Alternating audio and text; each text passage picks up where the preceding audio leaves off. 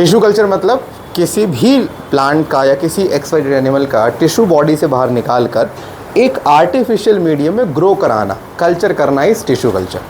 अब मैं आपको प्लांट के अंदर एक टिश्यू कल्चर का टाइप पढ़ा रहा हूँ, कैलस टिश्यू कल्चर। और भी टाइप्स आते हैं like meristem tissue culture, but इसमें हम करने के वाले बिना सीड बिना फ्लावर का यूज़ करें हम एक प्लांट से दूसरा नया प्लांट बनाएंगे। कैसे बनाएंगे? हाँ, बिना सीड देता हूँ। मान लेते ये एक प्लांट है और इस प्लांट में मैं क्या करता हूँ, उस प्लांट से मैंने एक लीफ को निकाल लिया। आप टिश्यू कल्चर के लिए जो पार्ट प्लांट से लेते हो उस पार्ट को हम एक्स प्लांट कहते हैं। अच्छा, इस टिश्यू कल्चर को समझने के लिए आपको एक वर्ड का जानना बहुत ज़रूरी है, जिसके बिना आप ये समझ नहीं सकते। वो वर्ड है टोटीपोटेंसी। अब टोटीपोटेंसी मतलब क्या होता है? इसका मतलब है ability of a cell to form an organ और द होल ऑर्गेनिज्म। यानी सेल की एक वो प्रॉपर्टी जिस प्रॉपर्टी की वजह से वो सेल या तो एक ऑर्गन बना पाए या पूरा का पूरा ऑर्गेनिज्म बना पाए। सेल की उसी प्रॉपर्टी को टोटीपोटेंसी कहते हैं। पोटेंसी आप जानते होगे ना, पोटेंसी क्या होता है? पोटेंशियल। पोटेंशियल क्या होता है? काम करने की ताकत। तो वही तो यहाँ पे कह रहा हूँ। अब सोचो एक सेल है, उस सेल ने पूरा का पूरा एक नया ऑर्गेनिज्म। मैं इसी बात प्लांट की नहीं, हमारी बॉडी में भी सेल के अंदर है टोटीपोटेंसी। जानते हो किस सेल के अंदर? हमारी, हाँ, एनिमल्स की बॉडी में जो स्टेम सेल्स होते हैं इनमें टोटीपोटेंसी है। यानी इनसे आप जो चाहे वो बनवा लो पूरी बॉडी में। इनसे लीवर बन जाए, किडनी बन जाए, पैनक्रियास, सब कुछ बन सकता है इनसे। तो इसी प्रॉपर्टी का इस्तेमाल हम प्लांट में भी करते हैं। सोचो एक ऐसा स्पेशल सेल आपको प्लांट का मिल जाए जो कहता है भाई आप जो बोलोगे मैं वो बना दूंगा। कहो मैं पूरा का पूरा प्लांट रेडी कर दूंगा। एक सेल पूरा प्लांट रेडी करने के लिए रेडी बैठा हुआ है। तो हम क्या करेंगे? अब इससे को प्रॉपर्टी का यूज़ कैसे करते हैं? हम लोगों ने एक एक्स प्लांट लिया। एक्स प्लांट क्या? जो पार्ट आप प्लांट का यूज़ करते हो फॉर टिश्यू कल्चर उसे क्या बोलेंगे? X plant. आमतौर पे वो क्या होती है? मैंने आमतौर पे लीफ यूज़ करी, बाकी आपकी इच्छा क्या यूज़ कर सकते हो।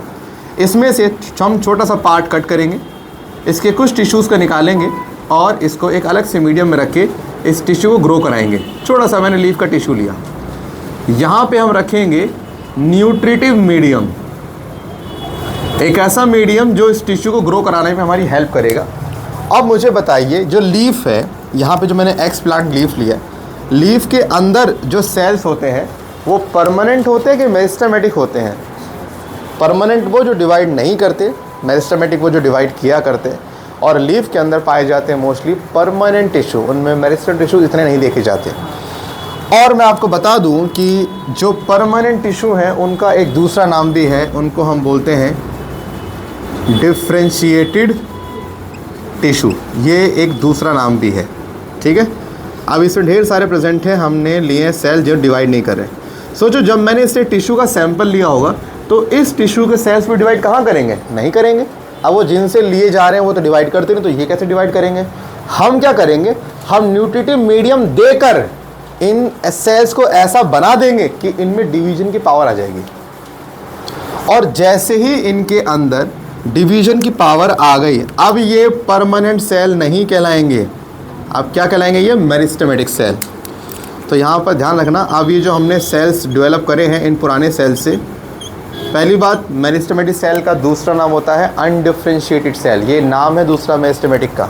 तो हमने इनसे ये सेल बनवाए हैं, तो इसको मैं बोल सकता हूँ it's a mass of undifferentiated cell.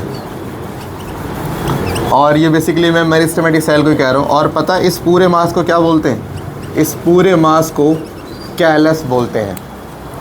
देखो पहले लीफ में कैलस नहीं था, लीफ से मैंने टिश्यू निकाल के कैलस बनवाया है लैब के अंदर। और कैलस की खासियत क्या है? सारे सेल्स डिवाइड कर सकते हैं। आपको पता है कैलस के हर सेल में टोटीपोटेंसी है, यानी अब इससे आप जो बोलोगे ये वो बना देगा। देखो कैसे, मैंने इमेजिन करो यहाँ से कुछ सेल कैलस के लिए और एक टेस्ट ट्यूब में डाल दिए यहाँ पर, और मैंने कुछ सेल इसके और लिए और दूसरे टेस्ट ट्यूब में डाल दिए। सोचो मैं यही काम और टेस्ट ट्यूब में भी कर लेता हूँ। देखो चाहो तो आप पूरा का पूरा कैलस एक टेस्ट ट्यूब में डाल दो, मर्जी आपकी, या आपका मन कर रहा है 10 टेस्ट ट्यूब में इस चीज़ को डिवाइड करके डाल दो, मना नहीं है। हाँ वो आपके हिसाब से।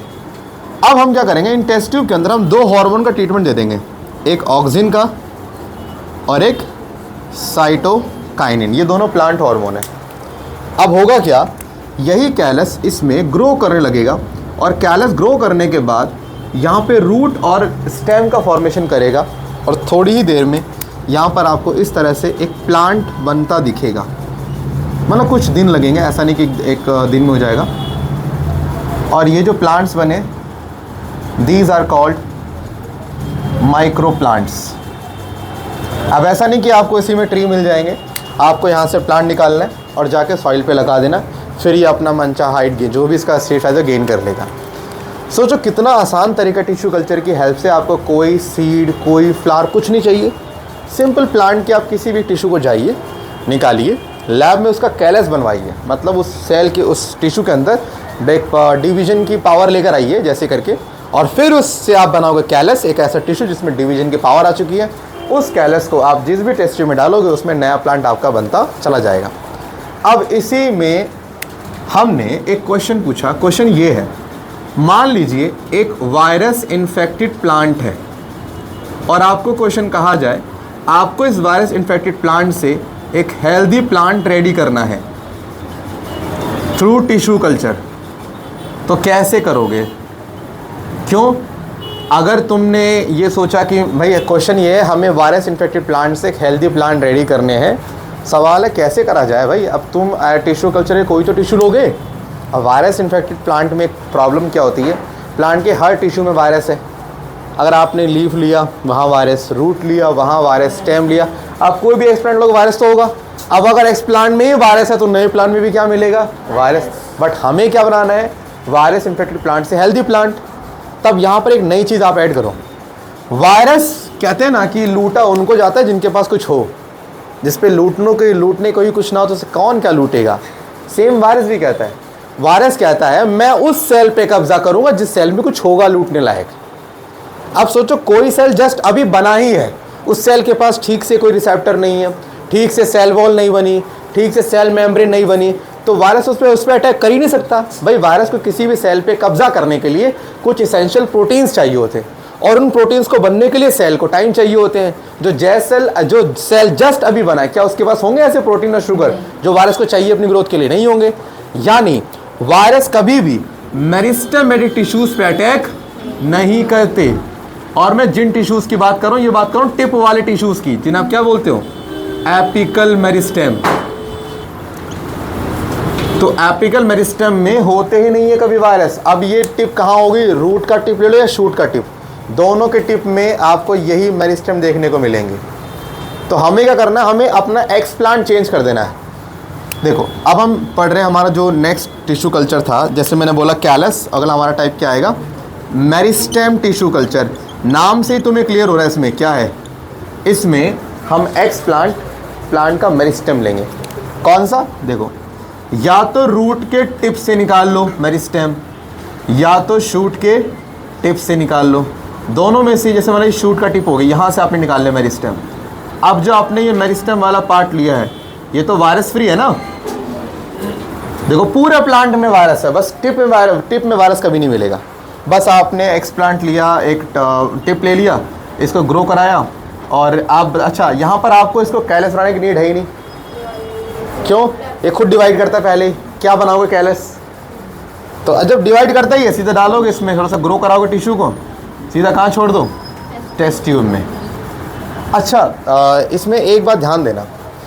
सोचो ये कोई प्लांट है मेरे पास, और मैंने इसको through tissue culture meristem mix करके नया प्लांट बनाया, तो नया प्लांट भी मेरा कैसा होगा, हेल्दी, क्योंकि मेरा एक्सप्लांट कैसा था, हेल्दी था। कई बार टिश्यू कल्चर आपसे ये कहता है कि भाई देख मेरे को प्लांट नहीं चाहिए, प्लांट तो मेरे नॉर्मल भी सीड से बन जाते हैं। वो टिश्यू कल्चर की हेल्प इसलिए मांगने आया है, वो कह रहा है जी एक प्लांट ना मुझे दूसरा प्लांट बना के देगा, कम से कम 1 या 2 साल बाद बना के देगा। तो वो टिश्यू कल्चर की हेल्प इसलिए मांग रहा है कि मुझे एक प्लांट से 15-20 plant with in a short period, हमें शॉर्ट पीरियड ऑफ टाइम चाहिए। यानी मुझे अगले 3 महीने में इस प्लांट से 10 नए प्लांट चाहिए। अब नेचुरली ऐसा होने में तो 100-2 साल लगेगा, फ्लावर बनेगा, पॉलिनेशन होगा, है ना। टिश्यू कल्चर कहता है हम आपका ये भी मसला सॉल्व कर देंगे। कैसे? एक टॉपिक आता है माइक्रो प्रोपगेशन। अब सुनो माइक्रो प्रोपेगेशन क्या होता है। अगर एक प्लांट से अब बहुत सारे माइक्रो प्लांट्स बनाते हो, वो भी through tissue culture in very short period of time, then this process will be called as micro propagation, यानी formation of large number of micro plants through tissue culture in a very short period of time. इसी को हम क्या बोलेंगे, micro propagation. जैसे आपसे कोई ये नहीं बोलेगा यार मुझे इसके 100 प्लांट चाहिए, बोलेगा भाई इसका माइक्रो प्रोपेगेशन करना है। अब वो आप समझ जाना हमसे क्या करना है। वो चाहता है कि इस प्लांट के मल्टीपल प्लांट्स बनाओ, वो भी कम टाइम के अंदर, और टिश्यू कल्चर ये काम कर सकता है। टिश्यू कल्चर में आपको कोई सीजन, हाँ अब देख मान ले मैंगो है, मेरे से कोई कह रहा है मैंगो के मुझे 100 प्लांट ऐसे और चाहिए। अब मेरे को नेचुरली तो 2 साल 3 साल वेट करना पड़ेगा, तब सीड बनेंगे। यहाँ पर क्या, टिश्यू कल्चर के पास जाओ, उसके प्लांट से कोई भी टिश्यू लो, ग्रो कराया, और मान लो कैलेस बनाया तो कैलेस के करो 50 टुकड़े, हर टेस्ट ट्यूब में डाल दो और उनको ग्रो करने का मौका दो, तो आपको माइक्रो प्लांट्स मिलेंगे टेस्ट ट्यूब में। अब वो उसी टेस्ट ट्यूब में ग्रो के आम का तो पेड़ बनाएगा नहीं, उसको चाहिए सॉइल, अच्छा स्पेस चाहिए, तो वहाँ से निकाल के कहाँ लगा दो, आप सॉइल में लगा दो, लो जी आ गया आपका प्लांट। ये काम करता है टिश्यू कल्चर हमारे लिए। अब एक टॉपिक है और एक इसमें चीज़ ध्यान देना, ये जितने भी प्लांट्स बनेंगे ये आपस में क्लोन्स होंगे कि नहीं होंगे, क्योंकि वेरिएशन तो यहाँ ही नहीं रही। इसीलिए मैं इनको आपस में बोलूँगा these are called somaclones. जानते हो सोमा मतलब क्या? सोमा मीन्स सोमैटिक, याद है बॉडी का नॉर्मल सेल सोमैटिक सेल कहलाता है। ये सब एक ही बॉडी के क्या है, क्लोन्स हैं। लेकिन जब इन प्लांट को हम सॉइल पे लगाएंगे और ग्रो कराएंगे, तब इन सब प्लांट में थोड़ा बहुत चेंज आ जाता है, थोड़ा बहुत वेरिएशन आता है। अब वो वेरिएशन क्यों आता है? सबको सॉइल एक जैसी नहीं मिल सकती, सबको मिनरल एक जैसा नहीं मिल सकता, सबको एनवायरमेंटल कंडीशन एक जैसी नहीं मिल सकती, और ड्यूरिंग द ग्रोथ इनमें जो वेरिएशन देखने को मिलेगी उसे हम बोलेंगे सोमा क्लोनल वेरिएशन। क्या बोलेंगे? सोमा क्लोनियल, यानी सोमा क्लोन्स के अंदर पाई जाने वाली वेरिएशंस। तो ये भी हमें चीज़ें देखने को मिल जाती हैं। अब इस चैप्टर का लास्ट टॉपिक जो मुझे कराना था वो है सोमैटिक हाइब्रिडाइजेशन।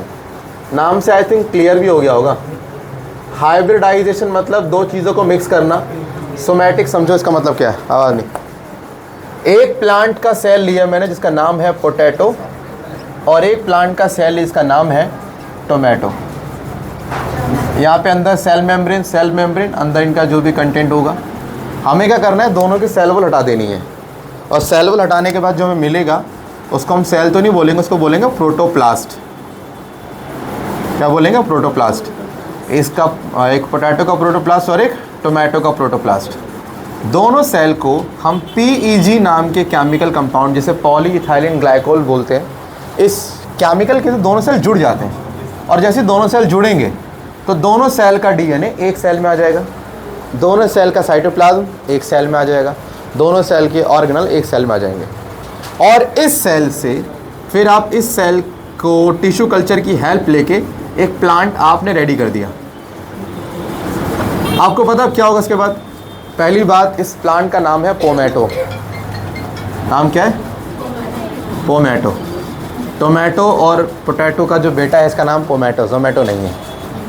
अब तुम्हें लग रहा होगा कि सर कितना बढ़िया प्लांट बन गया, पापा है पोटैटो, मम्मी है टोमेटो, बेटा है पोमैटो, यानी ये आधा आलू होगा आधा टमाटर होगा।